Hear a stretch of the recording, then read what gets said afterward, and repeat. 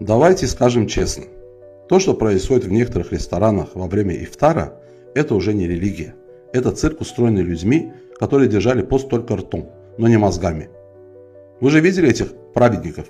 Днем ангелы терпения, вечером хищники на охоте, сметающие еду так, будто Рамазан это месяц мести холодильнику. И главное, делать из этого шоу, дешевое, громкое, позорное, потому что цель у них одна – не очиститься, а показать, что они страдали и теперь заслужили. Да-да, именно так, заслужили обожраться. Психология тут грязная. Когда человек не умеет контролировать себя, он начинает изображать верующего. Когда нет духовности, включается театральный режим страдальца с тарелкой размером с поднос. Это не ифтар, это олицетворение лицемерия в действии. Не забывайте, что такое нифак.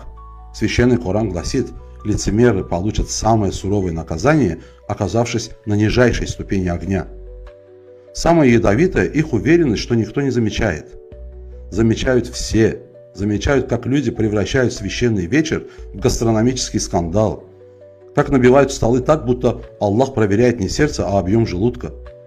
Как превращают пост в рекорд по обжорству, а духовность в контент для своих сториз в ТикТоке. И знаете, что это? Это не религиозность. Это позорное отсутствие уважения и к посту, и к себе, и к смыслу Рамазана. Так что давайте перестанем врать себе. Ифтар – это не шведский стол и не соревнование, кто быстрее наполнит живот. Если человек вечером превращается в прожорливого актера, это не благочестие. Это эго, жадность и нулевая духовность, замотанные в салфетку.